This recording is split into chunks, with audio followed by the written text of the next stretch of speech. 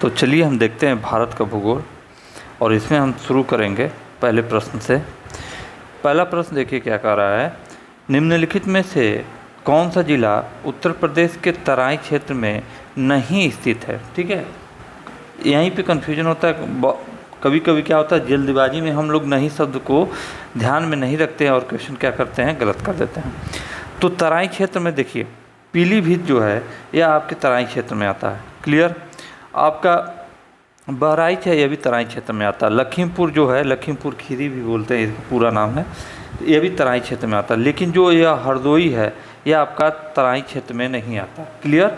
हरदोई आपका तराई क्षेत्र में नहीं आता है। या अगर देखेंगे हरदोई तो इसकी बाउंड्री जो है आपका लखनऊ और सीतापुर से भी लगता है। और महाराजगंज की बात करें तो भी आपका तराई क्षेत्र में आता है। क्लियर। इसलिए आपका राइट ऑप्शन जो होगा वह होगा आपका डी। ठीक है, क्या, हरदोई। आगे हम बात करें, निम्नलिखित में से कौन सा शहर सुदूर पूर्व में स्थित है। ठीक है, सुदूर पूर्व में स्थित है, निम्नलिखित में से कौन सा शहर, तो यह है आपका, देखिए इन शहरों में बताना, लखनऊ, जबलपुर, हैदराबाद, चेन्नई। ठीक है, तो हम बात करेंगे सुदूर पूर्व में जो स्थित जो आपका शहर है। अगर हम हैदराबाद का लोकेशन देखें, चेन्नई का, ये सब साउथ के लोकेशन में है। जबलपुर की बात करें तो यह भी एमपी में है, और लखनऊ की बात करें तो यूपी में है। ठीक है, तो सुदूर पूर्व में अगर हम देखेंगे यह आपका ईस्ट है और यह वेस्ट है, तो सुदूर पूर्व में आपका लखनऊ दिखेगा इन शहरों में। इसलिए राइट ऑप्शन क्या होगा आपका, ए होगा। चलिए आगे बढ़ते हैं। आगे देखिए क्या कर रहा है, निम्नोक्त भारतीय राज्यों में से कौन सा लगभग इतना बड़ा है जितना कि यूरोप का राष्ट्र पोलैंड। ठीक है, यूरोप का जो पोलैंड है उतना बड़ा है। तो सबसे बड़ी इसमें जो आपका राइट ऑप्शन है वो सी, तो यह है आपका महाराष्ट्र। तो महाराष्ट्र का क्षेत्रफल लगभग इतना है जितना कि पोलैंड का, इसलिए राइट ऑप्शन आपका होगा सी। आगे देखते हैं, निम्नलिखित में से कौन से राज्य को भारत का बाघ राज्य कहा जाता है। बहुत ही आसान सा प्रश्न है, इसमें राइट ऑप्शन आपका होगा सी, मध्य प्रदेश। मध्य प्रदेश को भारत का बाघ राज्य भी कहा जाता है। अगर बात करें कि सर्वाधिक क्षेत्रफल पर, ठीक है, सर्वाधिक क्षेत्रफल पर जंगल किस राज्य में पाए जाते हैं, तो वह होगा, ठीक है, वो भी आपका ऑप्शन सही होगा, कौन सा, मध्य प्रदेश। चलिए आगे देखते हैं। आगे हम देखेंगे कि भारत की सिलिकॉन वैली निम्नलिखित में से किस शहर में पाई जाती है। तो जो भारत की सिलिकॉन वैली है वह आपका है बेंगलोर में। क्लियर। चलिए आगे देखते हैं।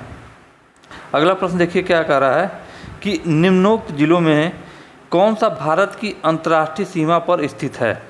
तो जो जिले हैं, गोरखपुर है, ठीक है, यह अंतर्राष्ट्रीय सीमा पर नहीं है। जयपुर जो है राजस्थान में भी अंतर्राष्ट्रीय सीमा पर, कुल्लू नहीं है। किन्नौर जो है यह आपका हिमाचल प्रदेश का एक ज़िला है और यह कहाँ पर स्थित है, अंतर्राष्ट्रीय सीमा बनाती है। ठीक है, आगे हम बात करेंगे, उधम सिंह नगर जिला निम्नलिखित में से किस राज्य में है।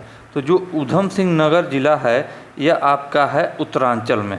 अब उत्तरांचल यानी कि आप हम यूँ कहें उत्तराखंड में है। पहले यह उत्तर प्रदेश में था लेकिन अब कहाँ पे है, यह उत्तराखंड में। क्लियर। तो जो क्या बोलते हैं, उधम सिंह नगर जिला है यह आपका है उत्तराखंड में। यहाँ जो सी ऑप्शन उत्तर प्रदेश दिया है यह नहीं होगा, यह आपका है उत्तराखंड। क्लियर। चलिए आगे देखते हैं। आगे हम देखेंगे, निम्नलिखित में से किस राज्य की सीमा म्यांमार से नहीं लगती है।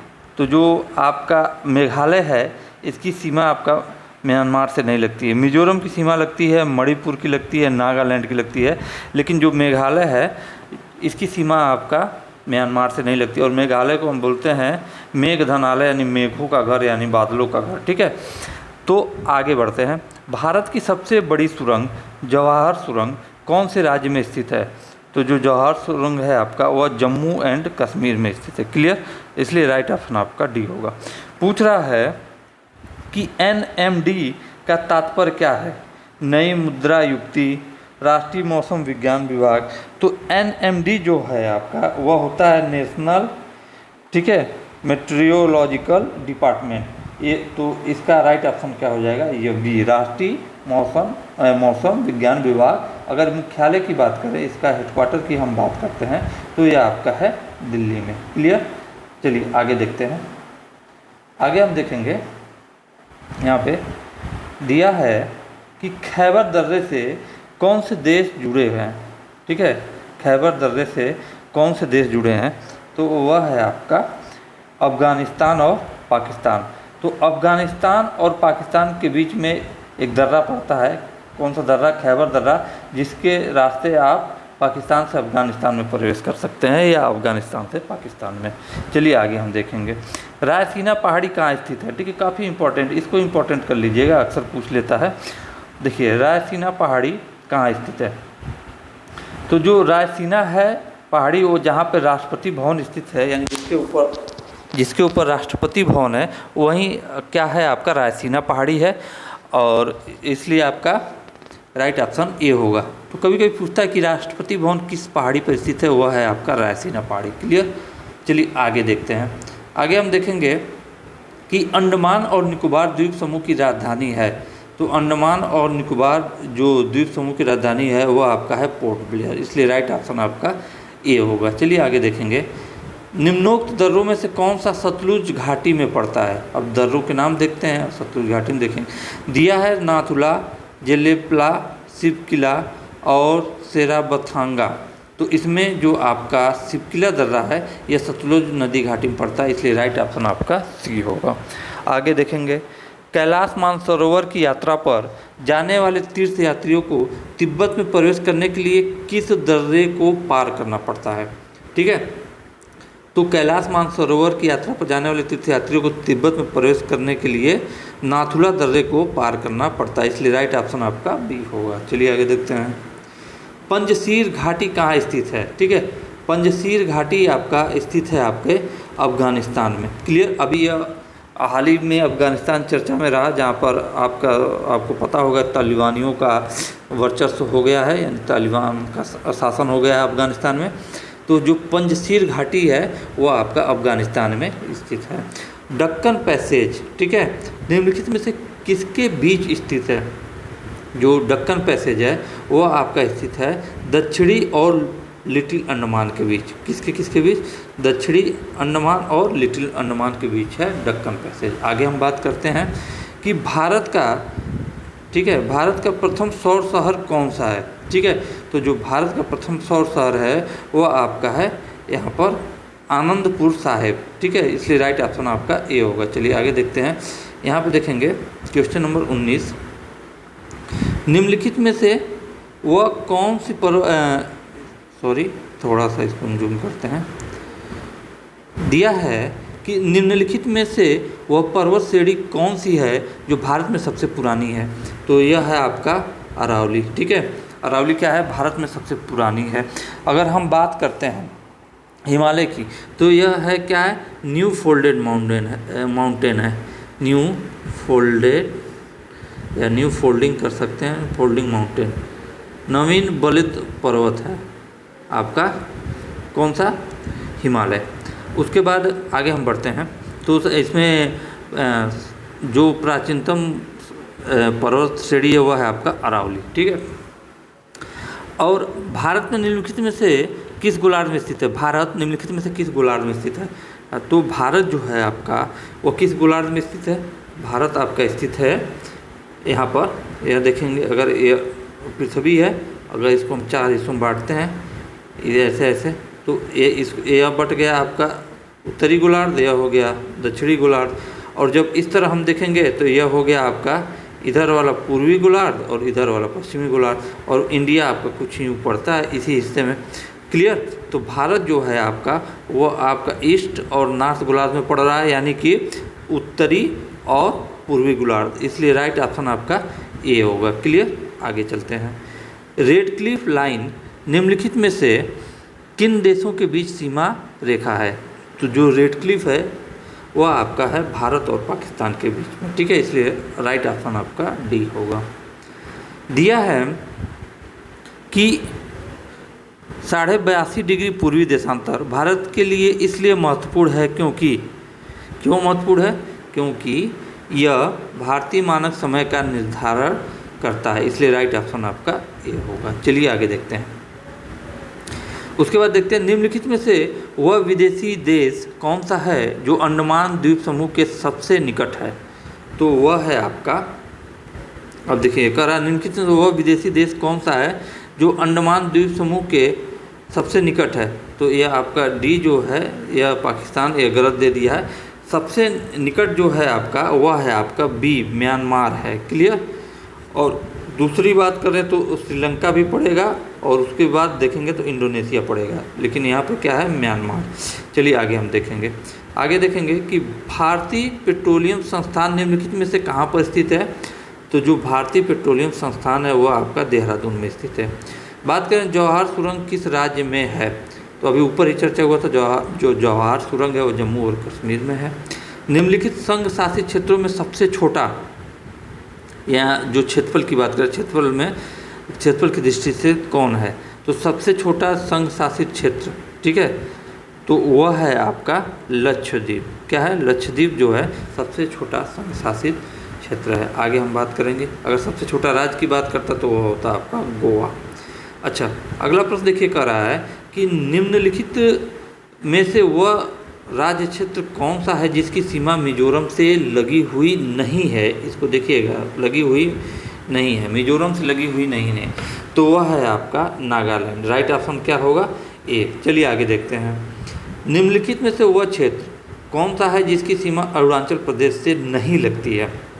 अरुणाचल प्रदेश की बात करें, ठीक है, तो आप देखेंगे अरुणाचल प्रदेश सबसे ऊपर की तरफ है, यहाँ पर ये आपका अरुणाचल प्रदेश का इलाका है। क्लियर। अब बोल रहा है कि किसकी सीमा अरुणाचल प्रदेश से नहीं लगती है, तो वह होगा आपका, यहाँ पे राइट ऑप्शन कहाँ गया, एक सेकेंड, और राइट ऑप्शन होगा आपका एक सेकेंड, क्या है, मणिपुर का। ठीक है, अरुणाचल प्रदेश से नहीं लगता। असम की सीमा लगती है अरुणाचल प्रदेश से, भूटान भी लगता है, नागालैंड भी लगता है, मणिपुर नहीं लगता है, क्योंकि मणिपुर और मिजोरम नीचे की तरफ पड़ जाते हैं। ठीक है, तो इसलिए आपका राइट ऑप्शन होगा डी। चलिए आगे देखेंगे। माउंट एवरेस्ट नाम किसके नाम पर रखा गया है, तो माउंट एवरेस्ट जो नाम था भारत के एक महासर्वेक्षक के नाम पर रखा गया है। आगे हम देखेंगे, विद्युत उत्पादन के लिए नगर अपशिष्टों का प्रयोग करने वाला भारत में पहला शहर कौन सा है। तो नगर अपशिष्टों का मतलब जो नगर से, जो शहरों से कूड़ा और कचरा निकलता है, उससे विद्युत उत्पादन के लिए जाने जाने वाला जो शहर है वह है आपका चेन्नई, इसलिए राइट ऑप्शन डी। चेन्नई अगर पूछेंगे कहाँ पे है, तो यह है आपका तमिलनाडु में।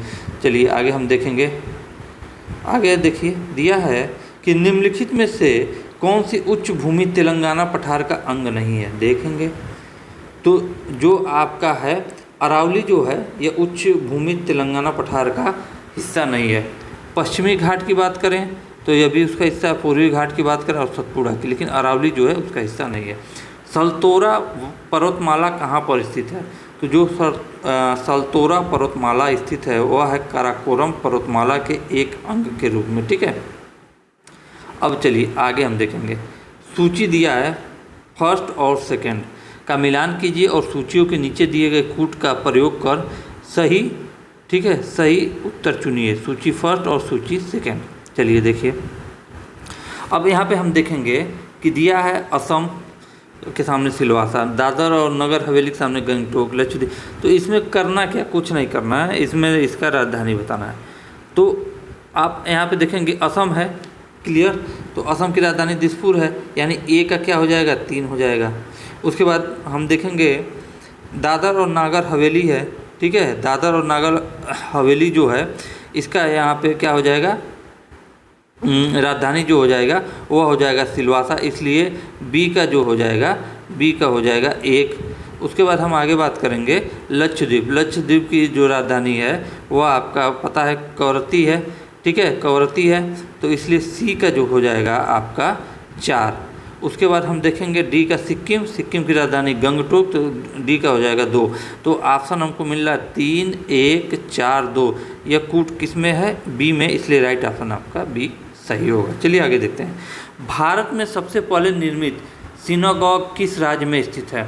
ठीक है, सिनागॉग होता क्या है, सिनागॉग एक ऐसा प्लेस होता है जहाँ पर यहूदी क्या करते हैं, पूजा करते हैं। जैसे हम लोगों का मंदिर है, मुस्लिम का मस्जिद है और चर्च है आपका ईसाइयों का, तो सिनागॉग जो है वह होता है यहूदियों का पूजा स्थल, यहूदियों का हम कह सकते हैं मंदिर, और वह कहाँ पे है, केरल में, इसलिए राइट ऑप्शन डी। भारत का पहला जो सीनोलॉग था। आगे हम बात करेंगे, आगे देखिए क्या कर रहा है कि भारत का मानक समय ग्रीनविच मध्य समय से 5.5 घंटा आगे है, 4.5 घंटा पीछे है, 4 घंटे आगे है, 5.5 घंटे पीछे हैं। तो जो भारत का मानक समय है ग्रीनविच समय से 5.5 घंटे आगे हैं। चलिए आगे देखते हैं। पश्चिमी राजस्थान में बालू के टीले बनाने के लिए निम्नलिखित में से कौन सी प्रक्रिया उत्तरदायी है? तो बालू के जो टीले बनते हैं वो पवन द्वारा निक्षेपण से बनते हैं। क्लियर? इसलिए राइट ऑप्शन आपका सी होगा। पश्चिम बंगाल की सीमाएं कितने देशों के साथ लगती है? तो पश्चिम बंगाल की सीमाएं आपके 2 देशों के साथ लगती है। क्लियर? आपका है दो, एक तो है आपका बांग्लादेश और उधर ऊपर की तरफ चले जाएंगे तो उधर है आपका यहाँ पे भूटान मिलेगा इसको। ठीक है, आगे चलें। आगे देखिए, किस नगर को भारत की सिलिकॉन घाटी कहा जाता है? तो अभी ऊपर इस पर चर्चा हुआ है। बेंगलुरु को या बेंगलोर को भारत की सिलिकॉन घाटी बोलते हैं। भारतीय उपमहाद्वीप मूलतः एक अंग था जुरासिक लैंड का, अंगारा लैंड का, आर्यावर्त का या गोंडवाना लैंड का? तो भारतीय उपमहाद्वीप जो था यह आपका गोंडवाना लैंड का हिस्सा था, इसलिए राइट ऑप्शन आपका डी। अंकलेश्वर और कलोल 2 तेल क्षेत्र हैं और ये कहाँ पाए जाते हैं? गुजरात में। राइट ऑप्शन क्या होगा? सी। निम्नलिखित में से कौन सा जोड़ा सही नहीं है? अब देखिए, सही नहीं है पूछ रहा है। अब देखिए, शिमला जो है हिमाचल प्रदेश सही है, दार्जिलिंग आपका पश्चिम बंगाल में है सही है, पंचमढ़ी मध्य प्रदेश में सही है, लेकिन देहरादून आपका उत्तराखंड में है। कहाँ पर है? उत्तराखंड में है, न कि उत्तर प्रदेश में।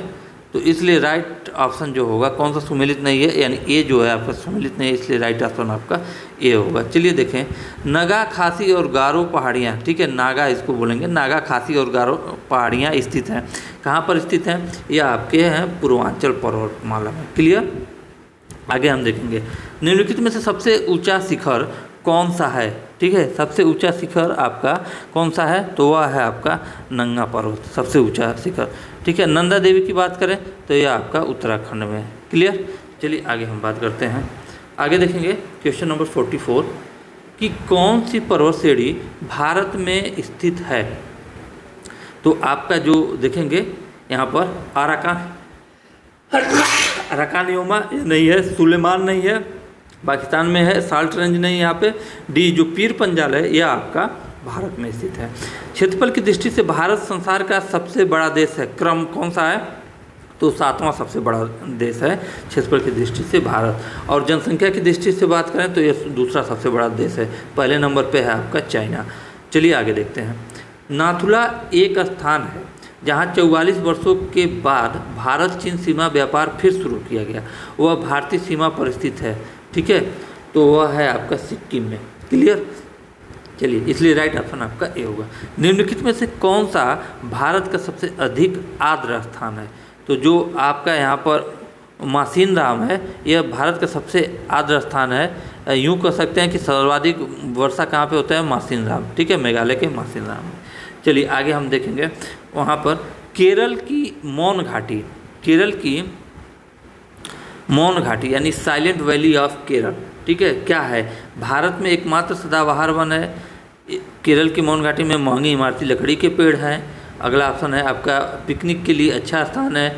और डी है जो साइलेंट वैली में पादपों तथा प्राणियों की दुर्लभ जातियां हैं। तो राइट ऑप्शन यहाँ पे क्या होगा? डी, यानी कि जैव विविधता के लिए जो साइलेंट वैली है, ठीक है, साइलेंट जो वैली है यह आपका बायोडाइवर्सिटी के लिए क्या है? बायोडाइवर्सिटी के लिए फेमस है, यानी कि यहाँ पर पादपों तथा प्राणियों की दुर्लभ जातियाँ हैं। क्लियर? आगे देखते हैं। वालतोरा हिमनद स्थित है। वालतोरा हिमनद जो है आपका वह शिवालिक में स्थित है। अच्छा, आगे हम बात करेंगे। आज का यह लास्ट प्रश्न है, भारत की सबसे लंबी सुरंग जवाहर सुरंग किस राज्य में स्थित है? ऊपर 2 बार चर्चा हो चुका है, बहुत ही आसान सा प्रश्न है, जम्मू एंड कश्मीर, इसलिए राइट ऑप्शन आपका ए। तो आज का सेशन यही समाप्त होता है, फिर मिलेंगे इसके आगे। ठीक है, तब तक के लिए जय हिंद, जय भारत।